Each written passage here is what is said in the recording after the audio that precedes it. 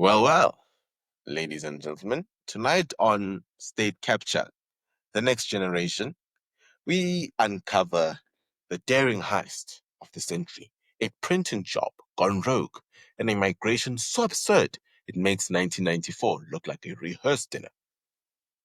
Good evening. I'm Hendrik van der Vat, and I've got breaking news that will make your blood boil faster than a municipal geyser during load shedding.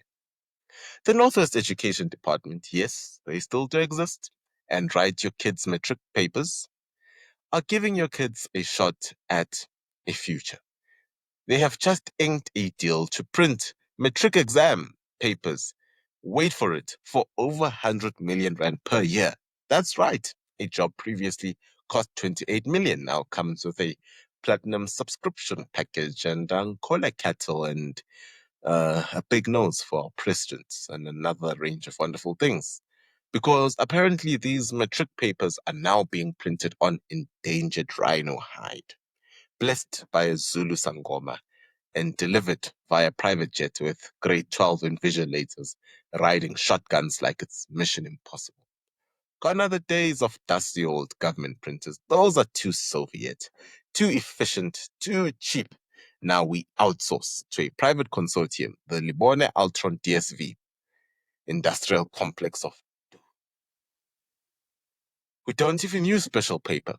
It's literally A4 paper from Macro, but game whenever it's on special. They just don't tell you. But they say it includes logistics, storage, and distribution.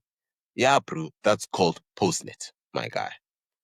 And just to rub salt into the fiscal wound, officials are justifying the cost because it includes other services too, like maybe career advice, a new Bentley for the MEC side hustle. Who knows? But wait, comrades, just hang on. While 100 million rand is being burnt like Limpopo scripts, exam scripts in Toyando, we've got South Africans, specifically Afrikaners and colored Afrikaners, might I say, who are being welcomed to the US, a story that you might not know. And they're being welcomed as refugees. More actually left today. Apparently, if you watch Colonel Chris White, he explained the type of individual or type of person you have to be to meet the, won't call it threshold, but what could we say, to be part of the group that could apply for refugee status or asylum or whatever. But it's refugees, not asylum. Asylum is when you're being chased. It's refugee status.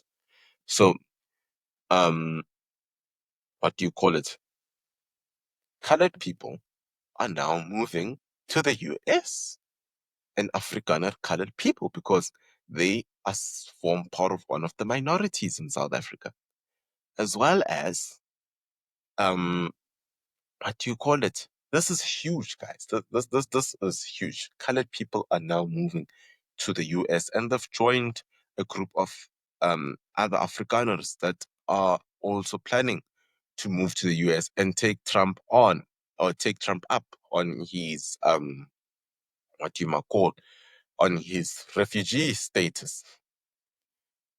So I mean, that's some of the big news that is happening tomorrow, or happening today, pardon me. Just trying to read some of these things that I had typed out. As well as, one of the interesting things to take note of is one can't seem to blame these people that are actually leaving South Africa, because the Afrikaner people have been sidelined by our government, and those are white Afrikaner people. They are not being taken care by our government. You've got to look at the way they live. You've got to, they live in fear. They live in absolute fear. You've got rogue politicians like Julius Malema, who constantly beat on this race drum for the existence of their party, while endangering the lives of fellow Afrikaner countrymen. You've got farm murders that are not being addressed. I can't blame Afrikaners for leaving. And then you've got a colored population that largely live in places like Eldorado Park, Cape Flats, Recha Park, or Easterust, who are under siege as well, who are not being looked after by the very same ANC government. If you've been to a colored township, you'll know the abject poverty that these people live in. It is one of the saddest things to see. You walk through streets where many have often lost hope. I happened to be with an MP, Liam Jacobs, yesterday in a colored township called Easterus. And he came through and I saw the hope that people saw when they looked at Liam. So many young kids, as young as 5, went to Liam and hugged him. And, he just gave hope to a community. And you realize what the little things do to communities that are often under siege or communities that are not protected and communities that have lost hope in the state. People like Liam are heroes. And I take my hats off to someone like him. As well as one's got to look at townships. Let's speak about black townships. I think black politicians are the biggest curse that has ever happened on black people. Really, they are. You've got to look at townships. You've got people that are able to attend strikes during a week. Week. They're able to chant, kill the poor at times. Others are able to attend strikes during the week. And you ask yourself, shouldn't these people be at work? And they don't realize that they should be at work. Instead, they're busy chanting with a politician who is waiting for his 160,000 Rand parliamentary salary on the 15th. But yeah, it's one of those things. So, in a world that is ever moving, as well as, a lot of crazy things, one has to speak about, well, maybe a point just to end this topic on, has to be Minister Kumbutso Chaveni, who made it crystal clear this past week when she said, "We won't stop you from leaving. Just make sure your Woolies account is settled," according to her. The new great trek, ladies and gentlemen, powered by Discovery Miles and political delusion, has started, So there's a lot that's going on in South Africa, a country filled with drama. Here we are.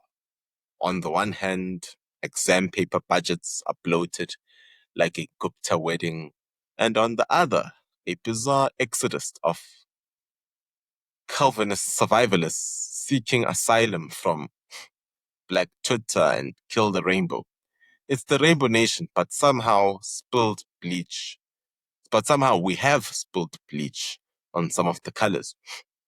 Don't forget to sign up for membership on our channel. It really helps to keep the lights on. It really helps me to pay for the Wi-Fi that we use to record this. It helps me to get better equipment. As you can see, we've got a chair. We've actually upgraded, getting things sorted. So make sure you sign up as a member. It really helps us to keep the truth burning. As well as hit subscribe if you've watched till the end. Until next time, remember, in South Africa, you don't pass matric, you pay for it. And if you don't like the cost, just apply for asylum in the land of the free, provided by your very own blonde, bitter, and believer in the fact that Ramaphosa is delusional, Mr. Donald Trump, because BEE stands for Bring Everyone's Euros. Good night.